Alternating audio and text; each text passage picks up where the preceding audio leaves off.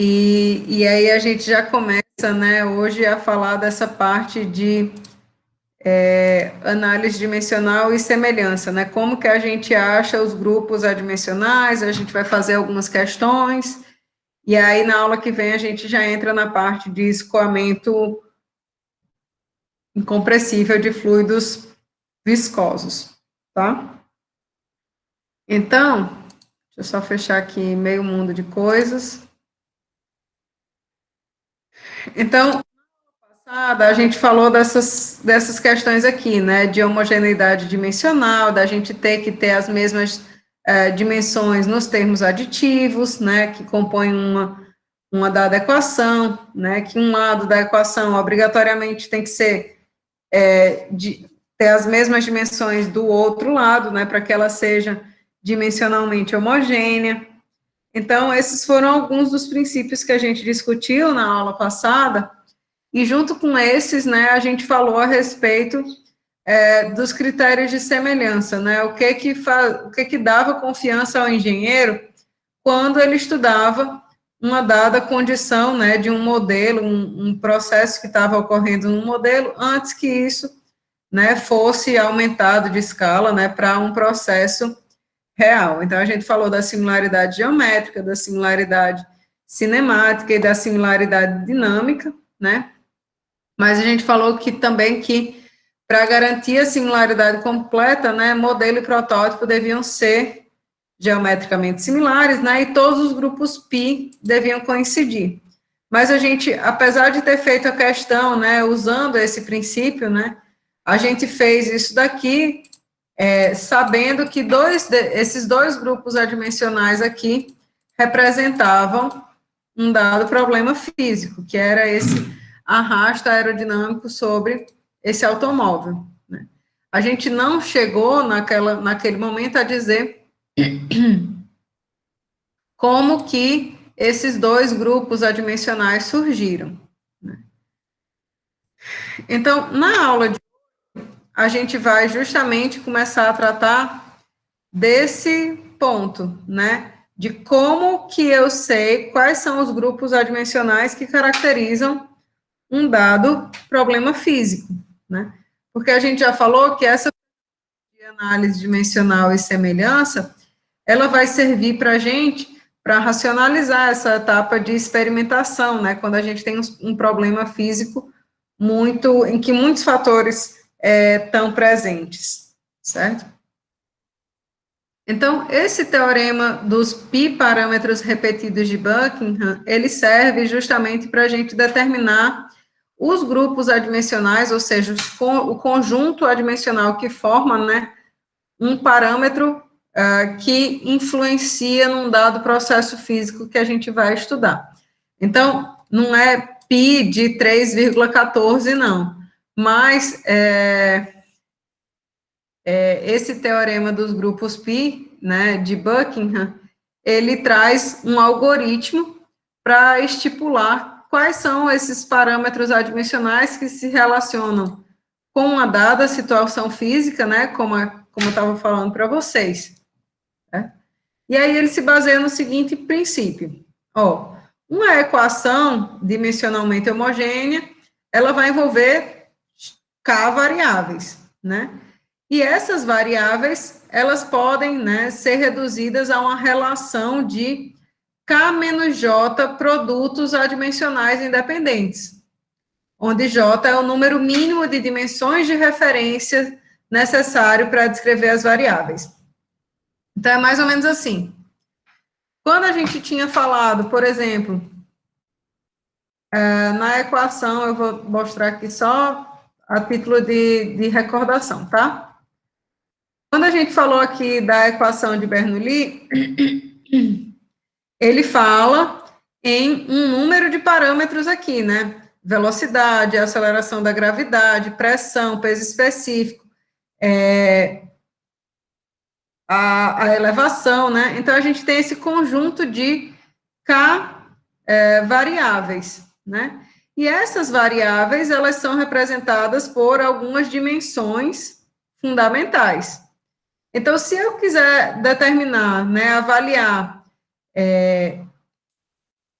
transformar isso em um problema de análise dimensional, né? Se eu quiser determinar quais são os grupos de parâmetros repetidos que representam esse problema, então eu pego aquelas k variáveis, diminuo do número de dimensões de referência que são necessários para descrever elas, né? E aí eu consigo formar um número menor, k menos j, de produtos adimensionais independentes, certo? Então, é mais ou menos assim. A gente tem, né, para um dado problema físico, uma variável x que vai ser função de x1, x2, x3, xn parâmetros que se relacionam com ela, certo? E a gente pode escrever essa função, essa equação, né, dessa maneira. Existe uma função de x, x1, x2, x3, xn, que é igual a zero, certo? Então, a gente pode ver que a dimensão da variável do lado esquerdo da equação, ou seja, essa função de todos esses parâmetros dimensionais, tem que ser igual à dimensão de qualquer termo isolado presente do lado direito da equação, né? Que seria aqui zero. Então, eu posso compilar, né, juntar, organizar esses termos e variáveis e parâmetros aqui dimensionais, de tal maneira que eles produzam, né, a mesma dimensão aqui desse lado direito. Então, a dimensão do lado direito tem que ser igual à dimensão do lado esquerdo, né? A gente falou lá como um dos critérios de homogeneidade dimensional. Então, a gente vai poder dizer que, olha, existe um conjunto de variáveis e parâmetros adimensionais que eu posso descrever esse problema físico, né? Então, o grupo adimensional π1, ele vai ser função dos grupos adimensionais π2, π3, π4, tarará, até πk, onde k seja menor do que n, certo? Então, vão existir, né, grupos de números adimensionais que podem, né, representar esse problema físico, e esse número de grupos adimensionais é menor do que o número de variáveis e parâmetros dimensionais iniciais que representavam o problema, certo? A diferença, né, entre essas duas quantidades é justamente esse número J, né? A diferença entre K e N, ou seja, o número de parâmetros adimensionais e o número de parâmetros dimensionais, é justamente J, que é o número mínimo de dimensões de referência usado para descrever todas as variáveis originais da equação. Geralmente, J vale 3. E aí ele representa, né, um daqueles sistemas de base que a gente viu lá no começo. Ou massa, comprimento e tempo, ou força, comprimento e tempo. Tipicamente, mas não necessariamente, obrigatoriamente. Pode ser que a gente tenha, num dado problema físico, com uma variável representando calor, né? Então, aqui entra mais uma dimensão, né? Ah, é preciso que o número de moles esteja sendo representado, então a gente tem aqui mais uma dimensão sendo necessária para descrever todas as variáveis da equação, certo? Então, esse teorema dos π's de Buckingham, como eu falei para vocês, é um algoritmo. Como todo bom algoritmo, a gente tem um passo a passo a seguir, né? A gente segue essas etapas para obter o resultado final. Então, quando a gente tiver qualquer problema de análise dimensional para fazer, o primeiro passo está todos os parâmetros que são o problema. Então,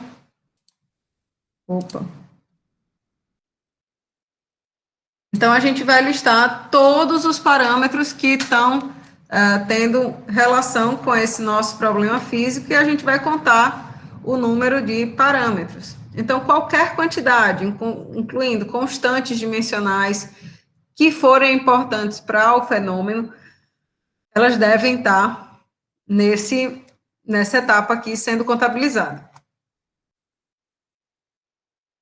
Geralmente, quando a gente fala nos problemas, né, de mecânica dos fluidos, a gente tem um conjunto, né, de variáveis que sempre estão presentes, né? Então, variáveis geométricas, variáveis e parâmetros que representem as propriedades dos fluidos, variáveis e parâmetros que representem os efeitos externos, ou seja, em propriedade geométrica pode ser que a área ou um comprimento, uma espessura, uma dimensão, né, que caracterize esse problema seja importante. Então, vocês vão e contabilizam isso nesse primeiro passo. Pode ser na categoria de propriedades dos fluidos, a gente pode contabilizar, por exemplo, massa específica do fluido, pode ser que esse problema seja importante contabilizar a viscosidade desse fluido, né? Então, essas propriedades, elas devem entrar aí também nessa contabilização. Efeitos externos, como a velocidade com que o fluido escoa, ou pressão, temperatura, etc., entram nessa categoria, certo? Uma vez que a gente listou todos os parâmetros do problema e contou, né, o número de parâmetros, a gente deve listar as dimensões primárias desses parâmetros. Então, vamos supor que eu listei massa específica como um dos parâmetros que são importantes para o problema. Então, vou lá e escrevo, massa específica tem dimensão de massa por comprimento ao cubo. E aí, a gente vai fazer isso para todos eles, certo? Uma vez que isso tiver feito, a gente vai contar quantas são essas dimensões primárias. Precisou de massa? 1. Precisou usar o comprimento? 2. Precisou do tempo? 3. Precisou de temperatura? 4. Precisou de número de mols? 5. E assim sucessivamente. Esse número de dimensões primárias é o que a gente vai chamar de redução J, né? E aí a gente vai passar para o passo 4, né? Que vai ser calcular o número de parâmetros adimensionais esperados. E esse número de parâmetros adimensionais K, ele vai ser justamente o número que a gente tinha original de parâmetros menos a redução J. Uma vez que a gente tiver esse número K de parâmetros adimensionais, a gente vai escolher quais que são aqueles parâmetros, né, que a gente vai escolher como parâmetros repetidos. Por que parâmetros repetidos? Porque a gente vai justamente repetir esses parâmetros com esse conjunto de parâmetros com os demais. Então, esse é um passo crítico, né, referente a esse algoritmo, escolher quais que são os parâmetros repetidos. E aí o aluno de mecânica dos fluidos, geralmente ele diz assim, você está fazendo mágica, né? Como é que você sabe que você vai escolher essa e não aquela, ou isso ou aquilo? Então, tem alguns critérios, né, iniciais, fundamentais, que eu vou passar aqui para vocês. Se vocês quiserem uma lista bem detalhada de como fazer essa escolha, vocês podem ir lá no livro do Sengel. Ele tem uma tabela bem explicada, bem bonitinha, indicando, né, algumas sugestões para vocês fazerem essa escolha, tá? E aí ele diz assim, né, primeiro ponto, as variáveis, os parâmetros repetidos que a gente vai escolher, eles não podem, né, por si só, formar um número adimensional. Então, eu não posso pegar um conjunto de variáveis, um conjunto de parâmetros repetidos, que se eu multiplicar um pelo outro, ou dividir um por outro, ou multiplicar em ordem, sei lá, multiplicar A com B e dividir por C, isso forme um número adimensional. Se isso acontecer, não vale, não serve ao nosso propósito. Além disso, a gente deve fazer uma escolha inteligente, né, desses parâmetros repetidos, de tal maneira que todas as dimensões de referência elas devem estar incluídas nesse grupo, certo? Então, se no meu problema eu tinha a dependência com o número de mols, necessariamente eu vou ter que incluir nesse passo da agora uma variável que represente o número de mols, ok? Uma vez que se foi, né, feita essa etapa de determinar quais que são os parâmetros repetidos, a gente vai fazer a determinação dos parâmetros PIs. Como que a gente faz essa determinação? Pega esse grupo de parâmetros repetidos e combina com um outro. Faz essa combinação linear desses elementos e vê se isso aqui formar um número adimensional. Uma vez que isso formou um número adimensional, a gente volta e faz mais isso para outro parâmetro que não entrou no conjunto dos repetidos, e assim sucessivamente, né? Quando a gente terminar de manipular todos esses grupos π, né, a gente pode escrever uma relação funcional, né, dizendo que um grupo π é função dos demais, e avaliar os cálculos, tá? Então, vamos fazer aqui uma questão inicial, e aí a gente vê onde que surgem as dúvidas, né? Porque, na realidade, isso aqui é um algoritmo, então a gente vai repetir esse raciocínio várias vezes, tá bom? Dúvidas até agora do que faz, o que não faz, como foi que eu expliquei, etc. Ou tá todo mundo tranquilo?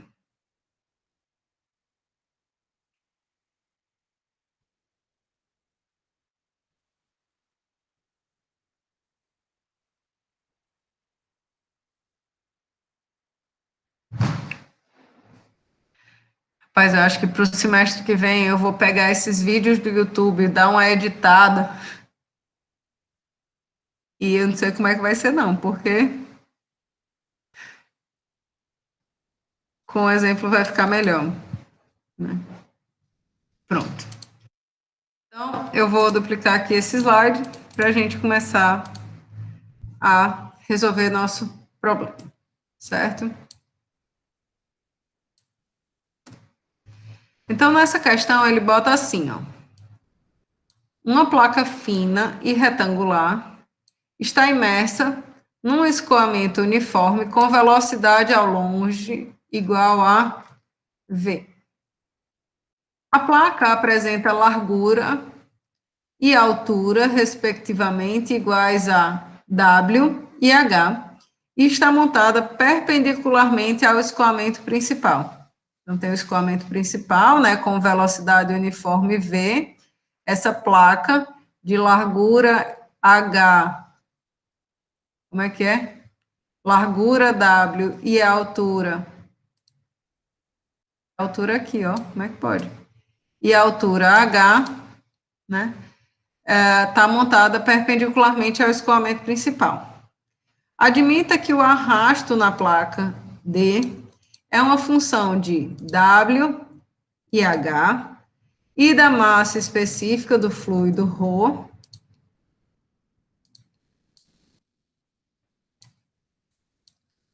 da viscosidade dinâmica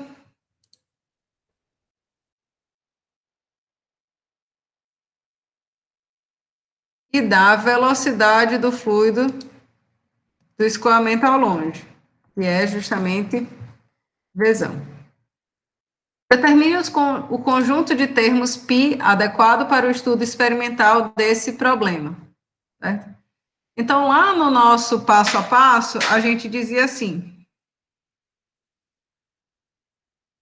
a primeira etapa que a gente tem que cumprir seria o passo 1, é identificar todos esses parâmetros que são importantes para o problema. Então, para esse problema, a gente quer dizer que o arrasto, D,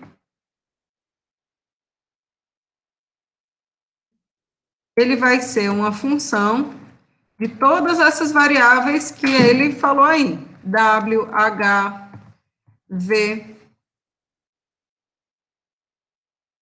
O,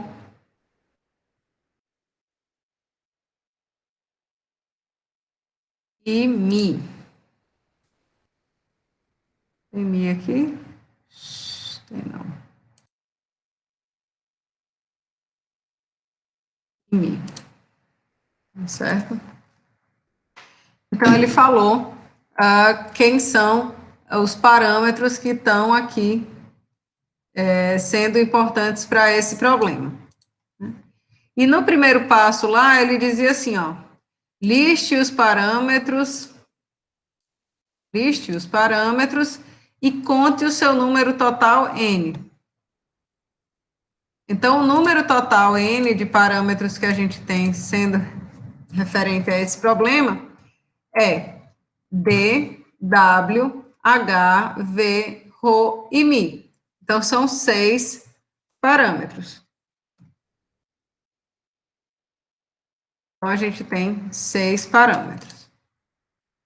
O segundo passo que ele fala, lá no algoritmo, é que a gente escreva as dimensões de cada um deles.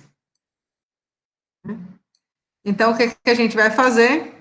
Pegar aqui quem são esses parâmetros e escrever as dimensões de cada um. Então, dimensão da força de arrasto é força, né? Força, a gente sabe que é massa vezes a aceleração. Essa é a dimensão de força. Certo? E aí, a gente vai fazer isso para todos esses termos aqui que compõem o problema.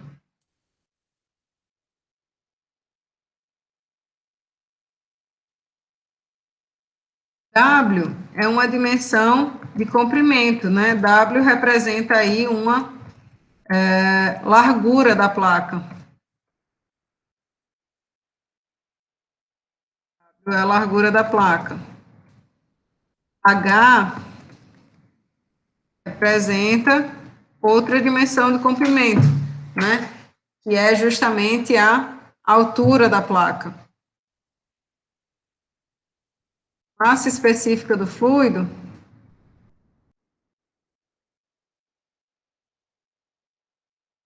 é justamente massa por comprimento ao cubo. Né?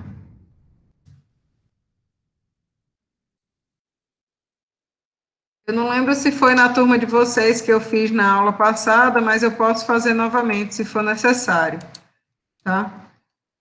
Viscosidade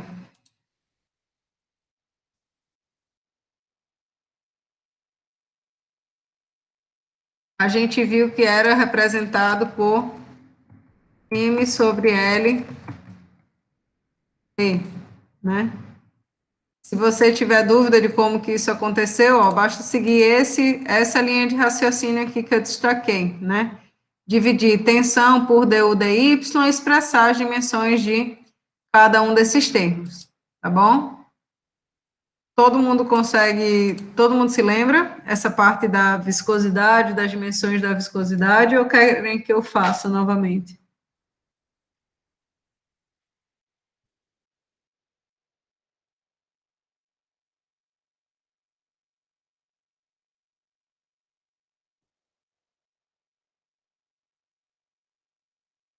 Então, Pablo, era assim, ó, para a gente chegar nas dimensões aqui do termo de viscosidade, a gente faz a mesma coisa que a gente fez nos demais, né? Aqui, para determinar a força, eu não disse que era massa vezes aceleração?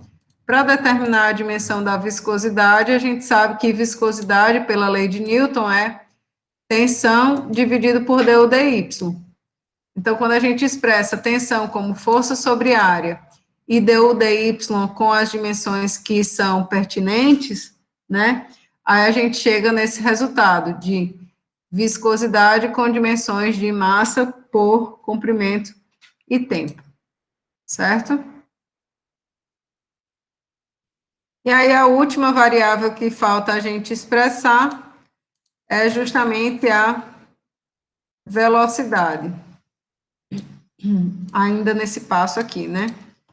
Então, a velocidade é justamente comprimento L por tempo. Então, esses aqui são os parâmetros que são referentes ao nosso problema, né?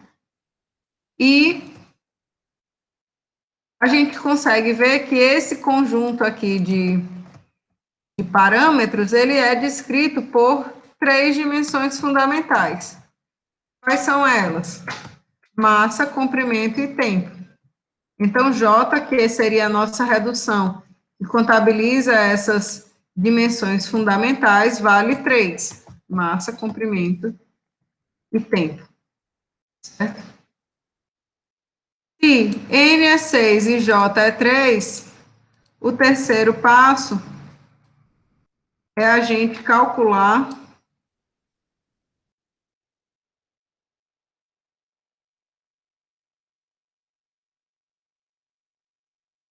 o número de πs, de parâmetros πs.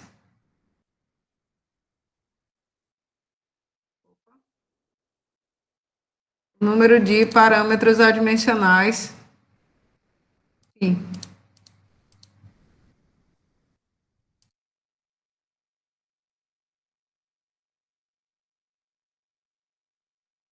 E vão representar esse problema.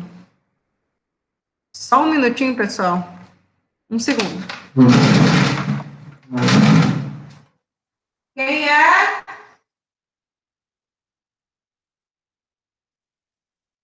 Quem é?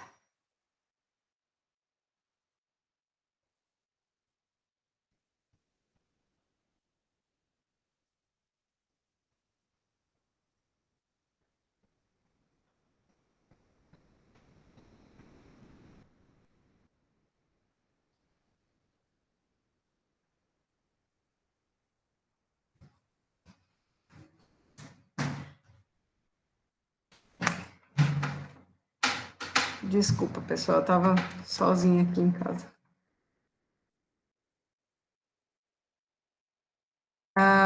Então, o terceiro passo é calcular o número de grupos π adimensional.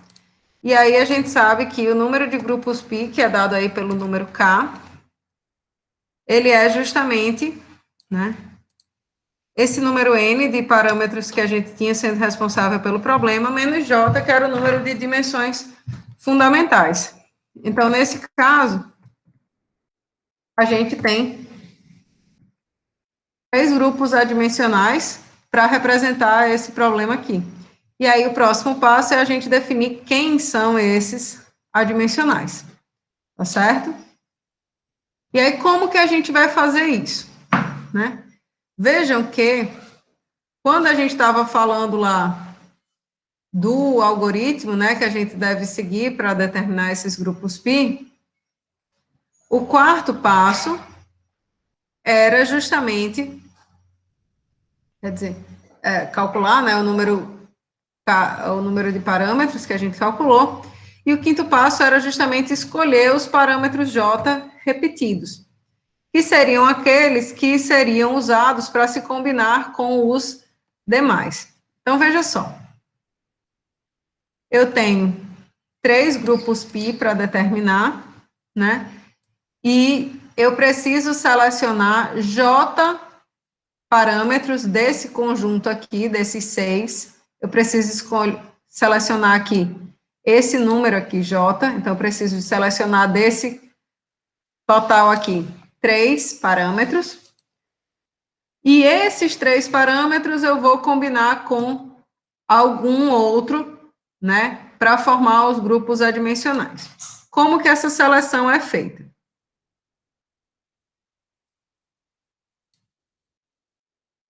primeira coisa que a gente deve entender é a seguinte: esse problema que a gente está estudando é enunciado dessa maneira aqui, né? A força de arrasto é uma função de tais e tais e tais coisas. Né? Então, percebam que a força de arrasto, ela é a minha variável resposta. Né? Então, a variável resposta, ela não pode nunca estar entre a seleção dos grupos, dos parâmetros repetidos. Então, eu vou botar aqui como passo 4, selecionar J parâmetros.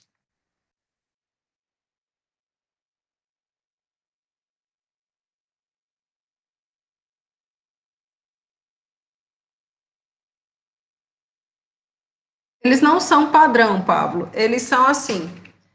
Para esse problema, você vai selecionar esses 3 parâmetros para combinar com os demais.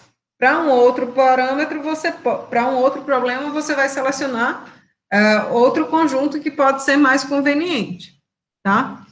Mas nessa escolha de agora, o que acontece? Como eu falei para vocês lá na parte anterior, né? Os problemas de mecânica dos fluidos, eles geralmente, né, incluem variáveis geométricas, de propriedades dos fluidos e de efeitos externos.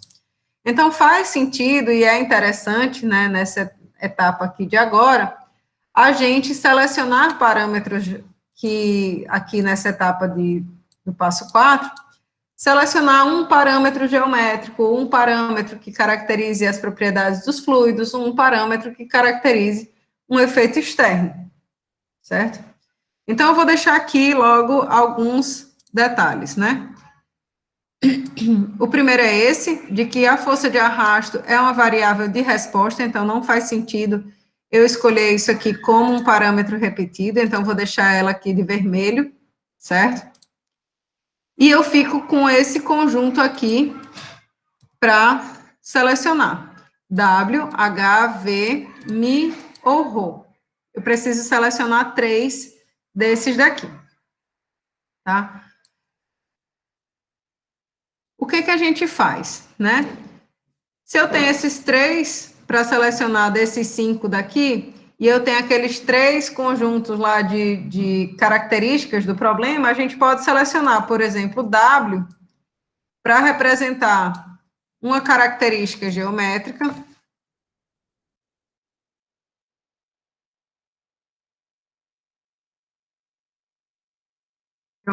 do problema, né?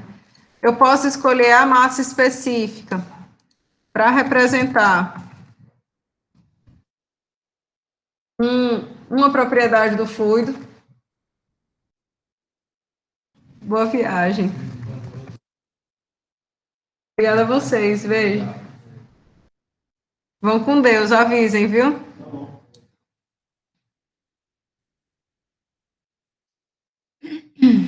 E V para representar uma propriedade que caracterize os efeitos externos, certo? Ah, professora, mas por que você não selecionou H como característica geométrica? Poderia ter selecionado. Por que você não escolheu viscosidade como uma propriedade do fluido? Poderia também ter selecionado. Mas eu optei por não selecionar, por quê? A viscosidade, se vocês observarem, ela é um parâmetro que ela é mais difícil, né? Ela tem mais dimensões do que a massa específica. E isso vocês vão ver, né, com a experiência e com o desencadear aí das questões, que traz também mais trabalho para a gente, certo? Então, eu vou deixar esses itens aqui destacados, como sendo aqueles que a gente optou por serem usados como nossos parâmetros repetidos, né? E esses daqui vão ficar como os não repetidos, né? Então, o passo 5, que é esses grupos adimensionais, a gente vai fazer da seguinte maneira. Terminar os grupos.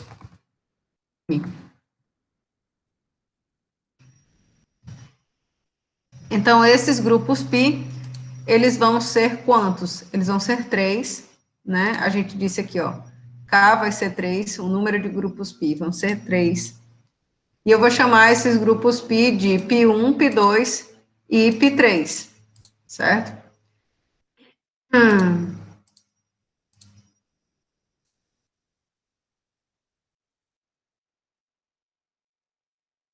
Obviamente, isso aqui não é um produtório, mas eu vou deixar eles assim para ficar bem destacado, tá? Não é um produtório. Então, o grupo π1, ele vai ser formado por esse conjunto de parâmetros, ρ, v, w, e um que esteja fora aí desse grupo, certo? Então, vai ser w elevado a um expoente que a gente vai chamar aí de alfa,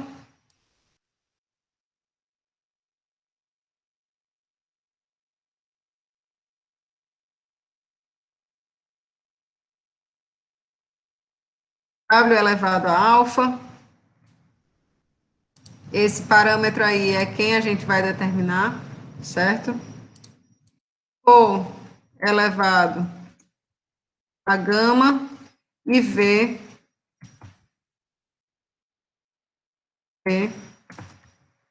elevado a beta, certo? Esse seria o nosso primeiro grupo adimensional a ser formado, né? Com esses parâmetros repetidos e um dos que sobrou. Então, eu posso colocar aqui o D, essa força de arrasto. O parâmetro repetido 2, a gente já vai ter W elevado a um outro conjunto de expoentes, certo? E agora eu vou combinar esses elementos com um outro parâmetro que não é repetido, no caso, H. E o terceiro grupo adimensional, ele vai ser formado. Vamos lá, deixa eu escolher outro conjunto aqui de símbolos para a gente usar aqui.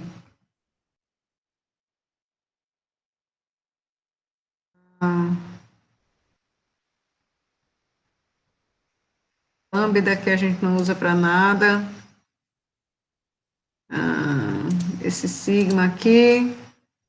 E eu vou colocar esse epsilon. Sendo o nosso novo conjunto aí de expoentes.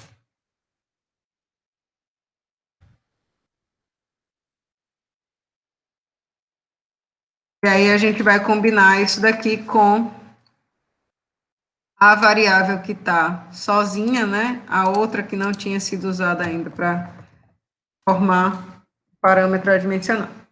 Então, perceba, ó, eu escolhi quais eram os grupos, quais eram as variáveis repetidas, W, ρ e V, certo?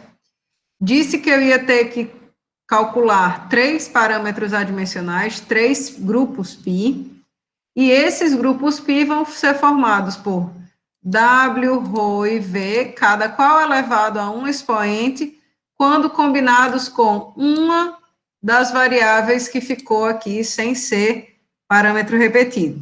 Formou o primeiro. O segundo, eu vou pegar esses mesmos parâmetros repetidos e agora eu vou combinar com outro que sobrou da lista.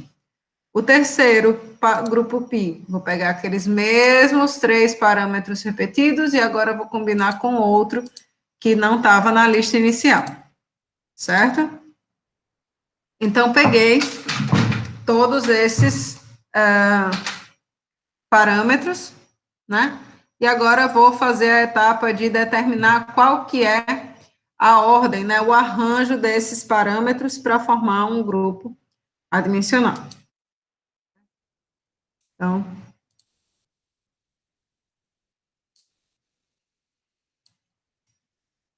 vou começar aqui por esse grupo π1, certo?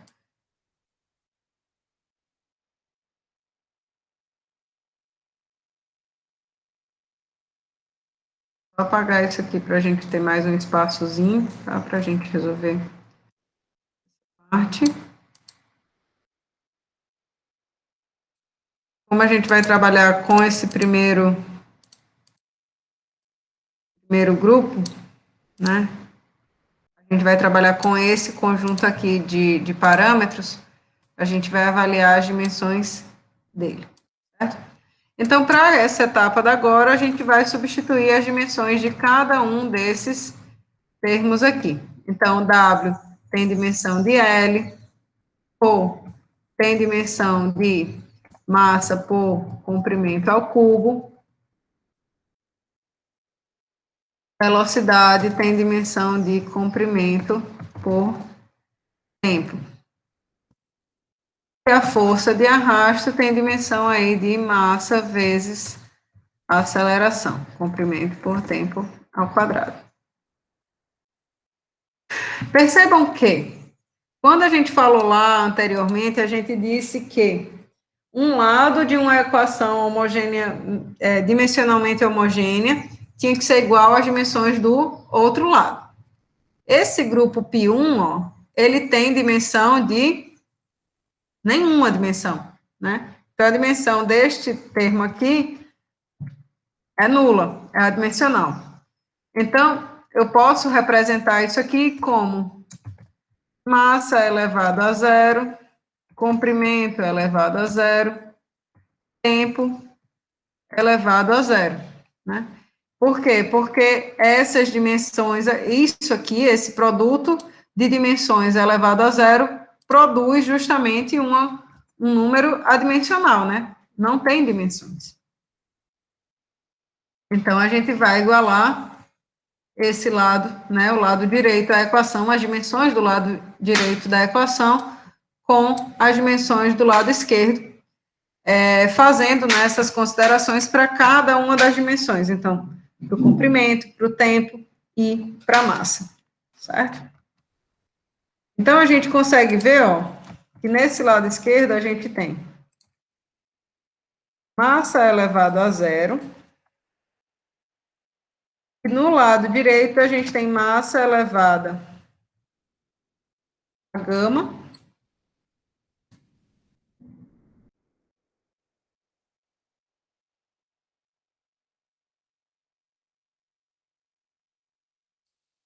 massa elevada a gama, mais 1, não é isso? Todo mundo consegue ver essa equação aqui para a massa? Então, a gente pode dizer que gama mais 1 tem que ser obrigatoriamente igual a zero. E aí, com isso, a gente já fica com a informação de qual que é o valor de gama.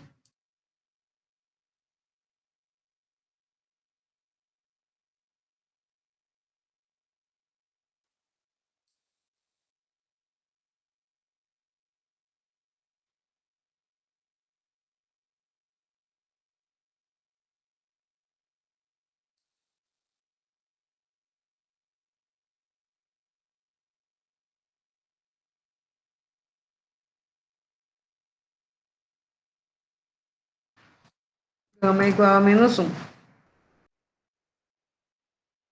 Em seguida, pessoal, eu sei que de cara a gente quer fazer a equação para o comprimento. Eu não sei porquê, mas eu sinto que todo mundo quer fazer para o comprimento. Mas é mais inteligente a gente fazer, né, a determinação para a dimensão do tempo. Por quê? Porque a dimensão do tempo, em geral, ela né, tem menos termos. Então, para a dimensão do tempo, a gente tem t igual a zero, sendo igual a menos beta, t elevado a menos beta, menos 2.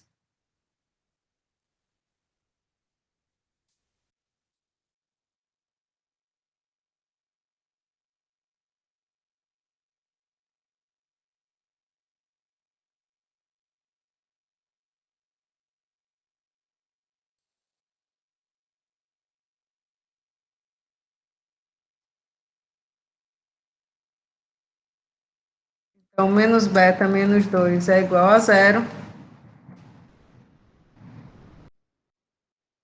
E aí a gente fica com a informação de que beta é igual a menos 2, certo?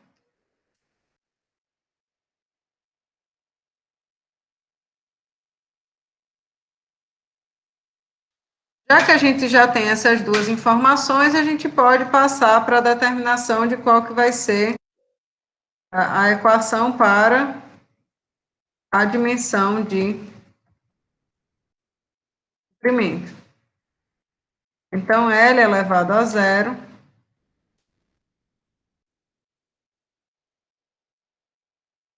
é igual a L elevado a alfa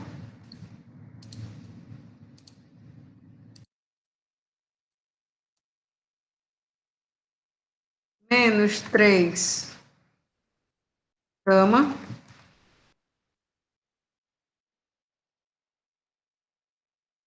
alfa menos 3 gama mais beta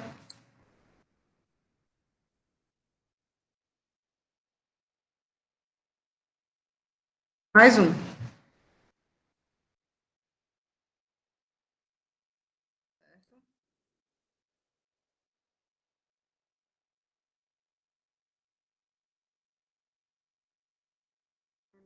Alfa menos 3 gama mais beta mais 1.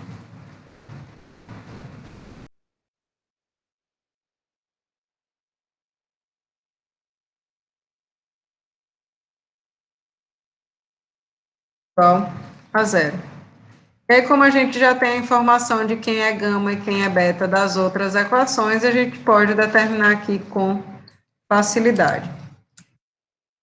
Gama é menos 1, beta é menos 2, sendo igual a zero, né? Menos 3 vezes menos 1 dá mais 3. Menos com menos dá mais. 2 mais 1. Então, 4 menos 2 dá 2. Alfa fica sendo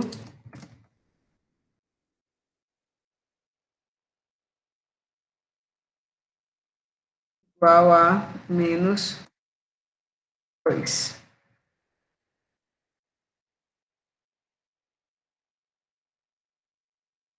Certo? Ah, não entendi para que serviu esse tanto de conta, não sei agora o que eu vou fazer com isso. Veja só. A gente não tinha dito que π1 ele era formado por isso, por esses elementos assim combinados dessa forma. π1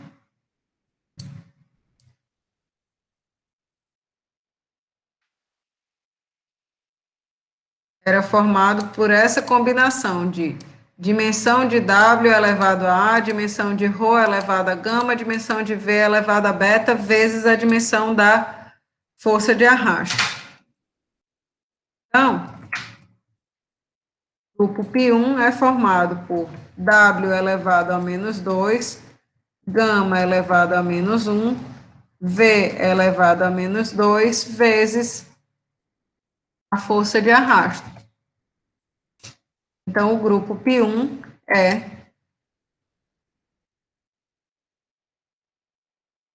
D sobre W ao quadrado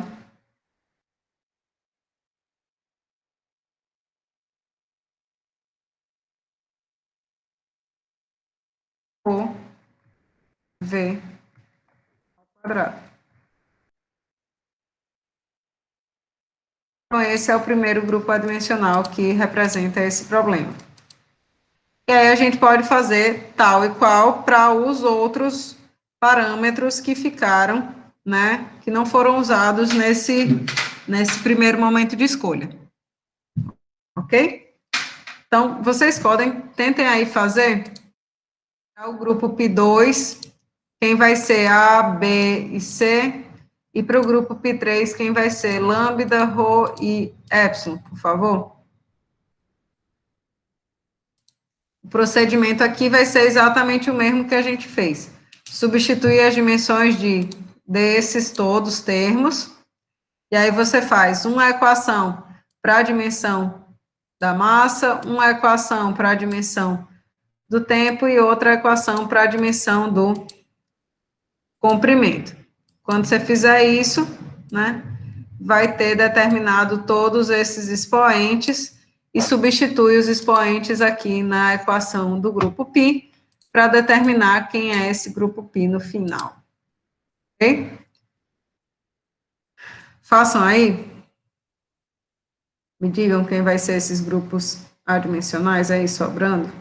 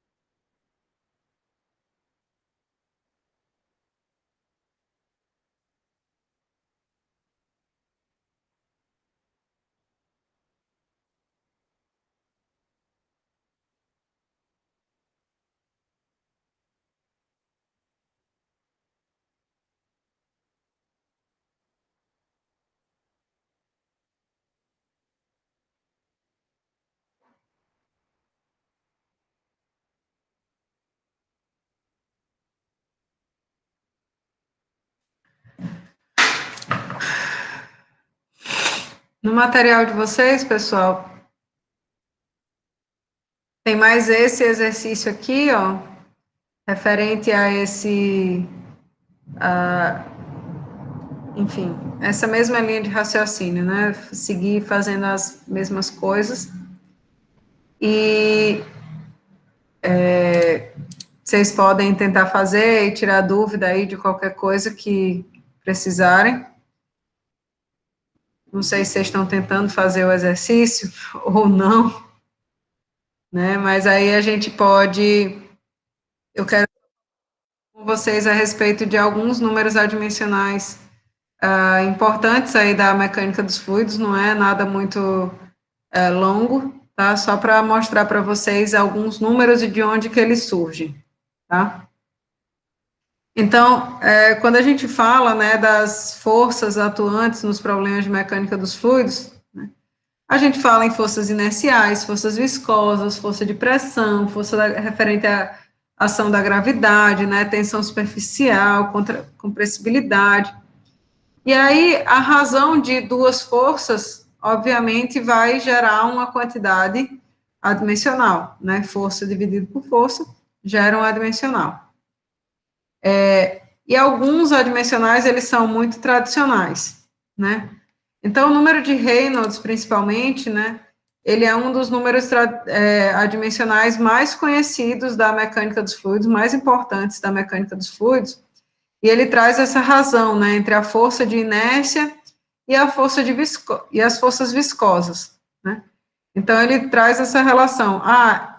O movimento dessa massa de fluido, ele é mais preponderante ou menos preponderante do que os efeitos viscosos que atuam nesse escoamento. Né? O número de Freud, né, traz a relação para a gente entre a força de inércia e a força gravitacional, então ele vai ser importante quando a gente tiver escoamentos com superfície livre. Né? O número de Euler traz a razão entre a força de pressão e as forças de inércia. Então, aqui a gente tem, por exemplo, o número de Euler sendo importante para a gente, mais lá na frente, em problemas de cavitação de bombas. Então, a diferença de pressão entre a pressão do escoamento e a pressão de vapor do fluido, com relação à inércia do fluido, produz o que a gente chama de número de cavitação. E aí, esse número de cavitação indica, né, se está próximo ou não dessa bomba sofrer o fenômeno de cavitação, que é formar bolhas de líquido, bolhas de gases dentro da massa fluida. Né? Então, a gente tem vários números, né, que vão ser importantes. Né? O número de Mach, que a gente falou, que traz justamente a relação se a compressibilidade vai ser importante ou não num escoamento. Então, ela traz a relação entre a força de inércia e as forças de compressibilidade. Tá?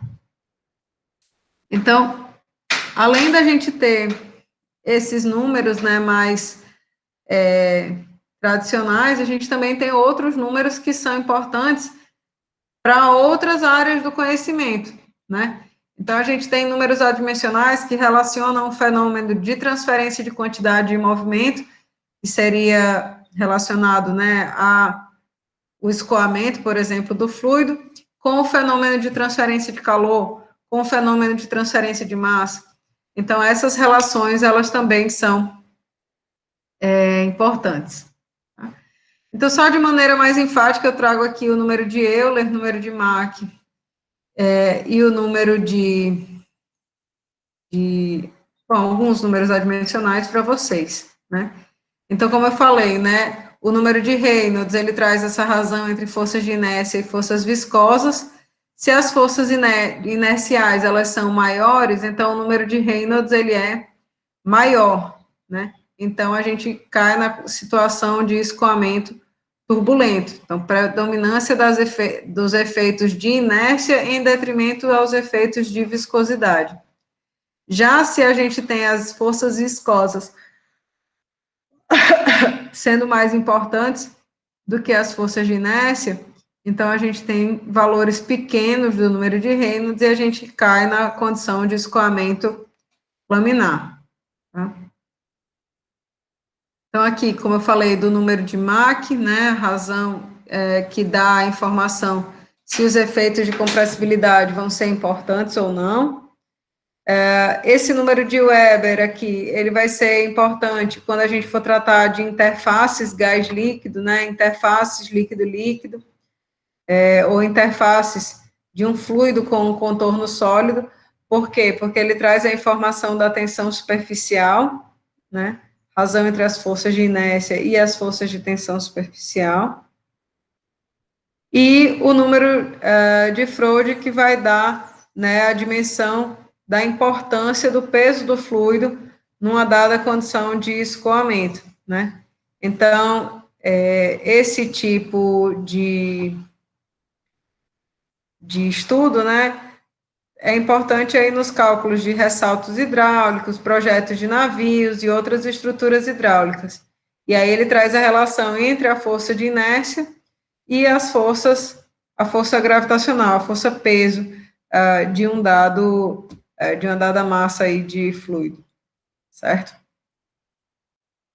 Como eu falei para vocês, né, a gente tem outros números adimensionais que vão trazer a relação da transferência de quantidade de movimento, né, do movimento do fluido, com outros fenômenos, né? Então, o número de Nusselt, por exemplo, ele traz a relação entre a transferência de calor por convecção e por condução em um fluido. O número de Prandtl vai dar para a gente a noção se a camada limite, né, que está se desenvolvendo num dado escoamento, se a camada limite de quantidade de movimento ela é maior ou menor do que a camada limite térmica, né? Então, a gente tem esse mesmo raciocínio se aplicando, né, não somente ao escoamento puramente de fluidos, mas também a outros fenômenos, tá? E aí tem lá para vocês no CIGA já algumas questões relacionadas a questões de concurso relacionadas a esse aspecto adimensional, né? Por exemplo, nessa questão aqui, ele fala do número de cavitação, que eu falei, né? Da investigação da cavitação nas bombas, e aí ele pede para você determinar qual é a dimensão desse parâmetro X aqui, que não está descrito. E aí você faz a análise da homogeneidade dimensional da equação para poder determinar.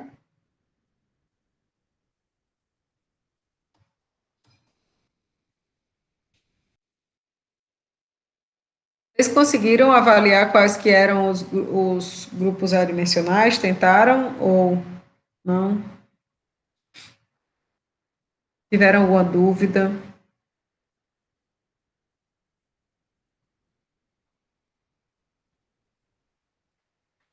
Na aula que vem, pessoal, a gente começa a falar sobre escoamentos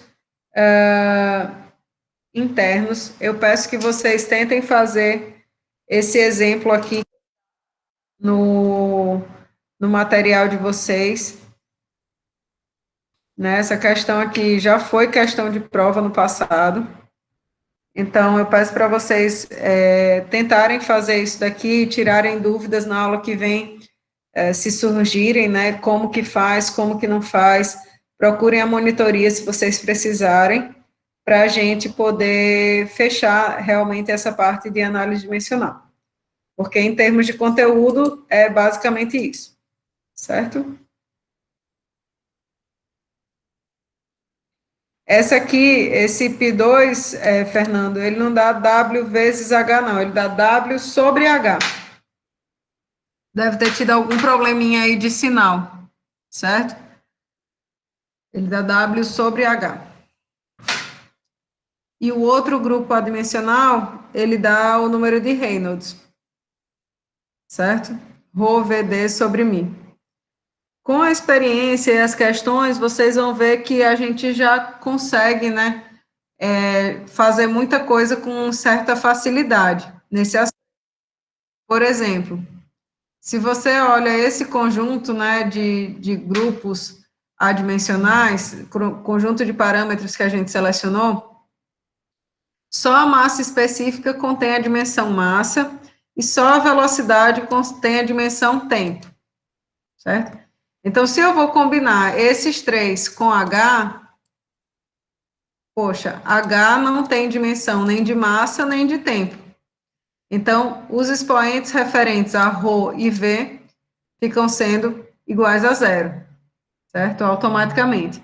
Então, H só vai se relacionar com W. Esse termo aqui, que é a viscosidade, a gente já conhece que o número de Reynolds é ρ, V, uma característica geométrica, D, né? Sobre μ, sobre a viscosidade. Então, quando esses elementos aqui, eles se combinam com a viscosidade, a gente já sabe que o número de Reynolds é que vai ser obtido. Tá certo, meu povo?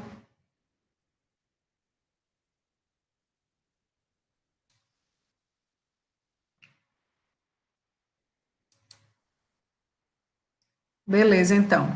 Então, nos vemos na quinta-feira, façam aí esses exercícios, vejam aí se surgem as dúvidas. Eu acredito que isso já esteja tudo no SIGA, tá? Para vocês. E aí a gente começa na quinta-feira a falar de escoamento interno viscoso. Show?